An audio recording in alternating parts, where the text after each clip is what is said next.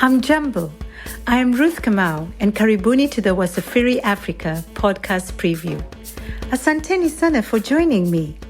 I look forward to sharing delicious conversations in the very nature of the audacious starstruck faith in this magnificent continent of Africa. As the name implies, on Wasafiri Africa, we're travelers of Africa.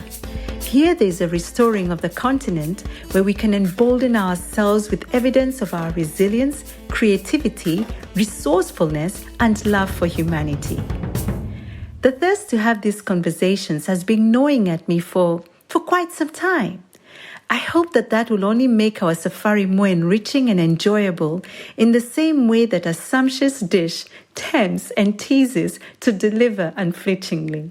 When imagining these conversations, Kiswahili set a unifying tone for me. Not only is it one of my favorite languages, I just love its flow. It was also intended and is rapidly becoming the language that unites the African people locally and in the diaspora. As a result, it has become a powerful vehicle of and for Pan-Africanism. It's true, though, that for some countries in Africa, Kiswahili is understandably rooted in a painful history, but it's growing in acceptance as these nations forge a path towards a new national identity. I tried to remember when I became a Pan-Africanist and I couldn't put a finger on it. You know that moment when something dawns on you? I couldn't go like, it was that moment when I first saw that particularly golden glow of sunset in the Rift Valley, or when I first flew over the Congo River Basin and my breath caught at the expanse of dense evergreen trees that seemed to go on forever, or even the unexpected pleasure of attending a wedding in Sudan and experiencing yet another rich culture on the continent. Like many, I too revel in the energy of an African market, bubbling and bustling with entrepreneurs dressed in brilliant colors and stalls packed with almost every product imaginable. Lakini, in all this, it is inescapable that it's a continent of contradictions. Hardship is known to too many, and yes, there's still so much to be done. Yet for me, the sense of grounding and strength remains. So I figured it went way back. I was born in love with Africa, and I know why.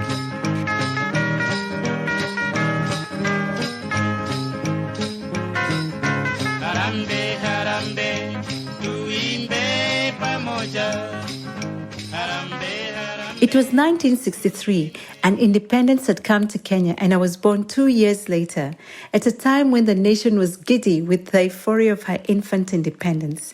The 60s were a time of electrifying renaissance on the continent. Pan-Africanism had burst forth into vigorous life, strong arms reaching, chubby legs kicking, and a healthy first cry that ignited the atmosphere everywhere. Ghana led the charge to independence in 1957, and a staggering 17 nations followed in the 1960s alone.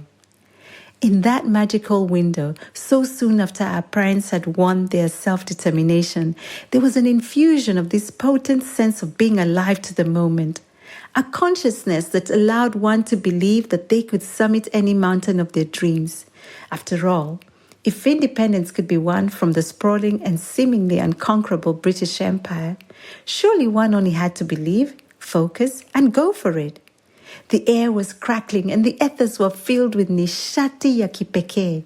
We could be doctors, lawyers, merchants, sailors, and yes, storytellers.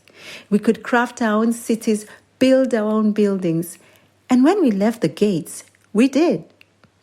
Then what happened? Well, perhaps part of it is that we forgot to celebrate who we are.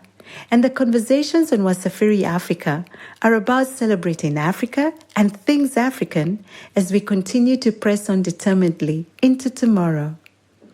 The journey in conversations will take us to all nations of the continent, engaging with the diverse and gifted people to be found here and those who remain connected to it. Folks staying true to their purpose and making remarkable achievements along the way. We will celebrate our past and our present because all of it is sparkling in its value and is what we stand on to build, reform, and audaciously, vibrantly be African. Hear the drum beats, ndugu zangu. They're sending a signal across the land. The atmosphere is charged with an arching energy. It's time. Time to tell our own stories. Let's celebrate Africa and things African together. Twendeni, Africa is ready.